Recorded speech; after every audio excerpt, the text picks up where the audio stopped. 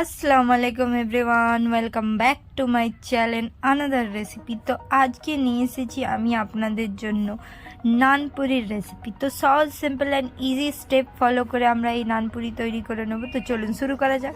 তার আগে বন্ধুরা, যদি আপনি আমার চ্যানেলে নতুন হয়ে থাকেন অবশ্যই সাবস্ক্রাইব করে দেবেন, পাশে থাকা বেল আইকনকে প্রেস করে নেবেন। তো বন্ধুরা, এখানে আমি প্রথমেই আগে ময়দা নিয়েছি, সেটা 500 ছিল। আর এখানে আমি 250 টক দই নিয়েছি, তাতে আমি baking soda and baking powder দুটোই হাফ টেবিল চামচের মতো ব্যবহার করেছি। তো আমি টক দইয়ের সঙ্গে প্রথমে baking soda and baking powder দুটোকে ভালোভাবে মিক্স করে নিচ্ছি।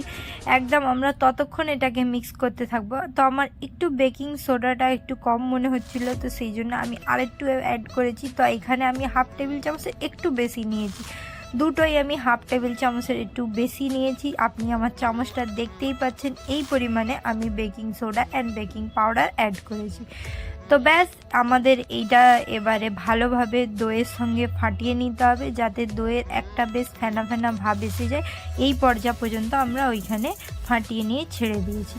তো এখানে আমি যেহেতু 500 ময়দা নিয়েছি, আমি প্রথমেই আপনাদেরকে বলেছি, তো আমি 500 ময়দার মধ্যে ভালো করে ময়দাকে আগে ছাড়িয়ে নিয়েছি এবং যদি কোনো গাঁট থাকে সেগুলো ভেঙে নিয়ে আমি এখানে 2 কাপ পরিমাণে তেল ব্যবহার করেছি। আপনি আমার কাপটা দেখলেন, তো অ্যাপ্রক্স ওই কাপের আমি 2 কাপ পরিমাণ সাদা তেল ব্যবহার করেছি।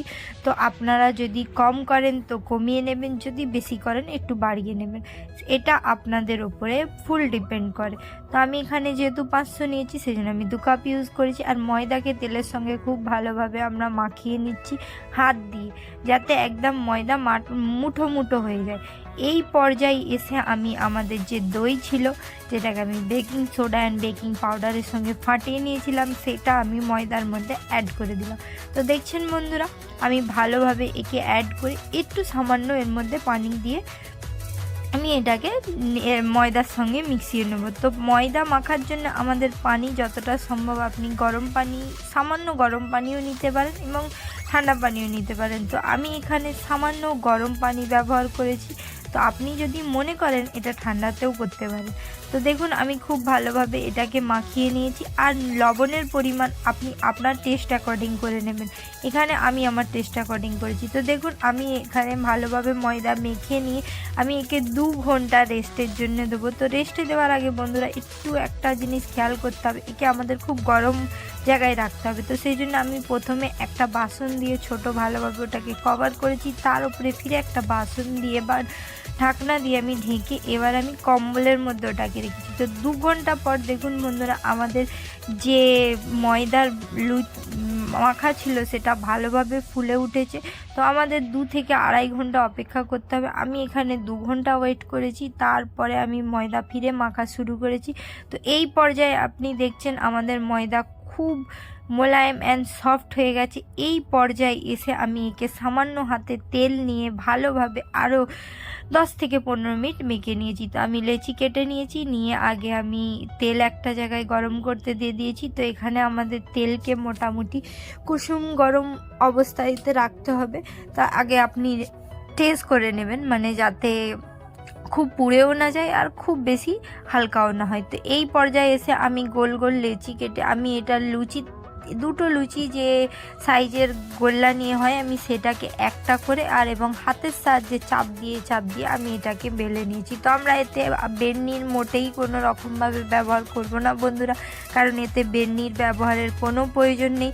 আমরা হাতের সাহায্যে এটাকে একটু হাতে চাপ দিয়ে এটাকে একটু গোল টাইপের আকৃতি দিয়ে দেবো। তো এই পর্যায়ে এসে দেখুন বন্ধুরা, আমার যে নানপুরি একদম ঠিকঠাকভাবে তৈরি হয়ে গেছে। আমি এখানে 5 মিনিটের মতো একটা পুরি দিয়ে অপেক্ষা করেছি। তো তেল দেখছেন আমার মোটামুটি একদম ভালো গরম হয়ে গেছে। এই পর্যায়ে আমি জাস্ট 5 মিনিট, একদিকে 2.5 মিনিট আর একদিকে 2.5 মিনিট অপেক্ষা করি। লাল করা যাবে না বন্ধুরা, তো আমি এই জন্য লাল খুব কম করেছি। তো একটু হয়ে যায় সেটা আলাদা ব্যাপার, কিন্তু লাল করা যাবে না, এটা সাদা সাদাই আমাদের তুলতে হবে।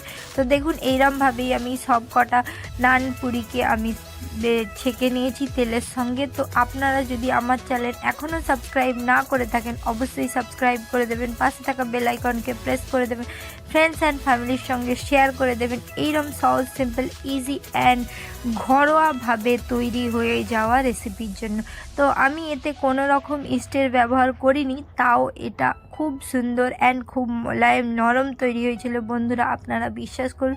তো একে আপনি কিমা কোনো রকম চাটনির সঙ্গেও পরিবেশন করতে পারেন। তো দেখুন তৈরি হলো আমাদের নানপুরি। আমার এই রেসিপি অবশ্যই লাইক কমেন্ট শেয়ার অ্যান্ড সাবস্ক্রাইবের অনুরোধ রইল, পাশে থাকা বেল আইকনকে প্রেস করবেন। ততক্ষণের জন্য ভালো থাকবেন, সুস্থ থাকবেন, হেলদি থাকবেন, হাসি খুশি থাকবেন।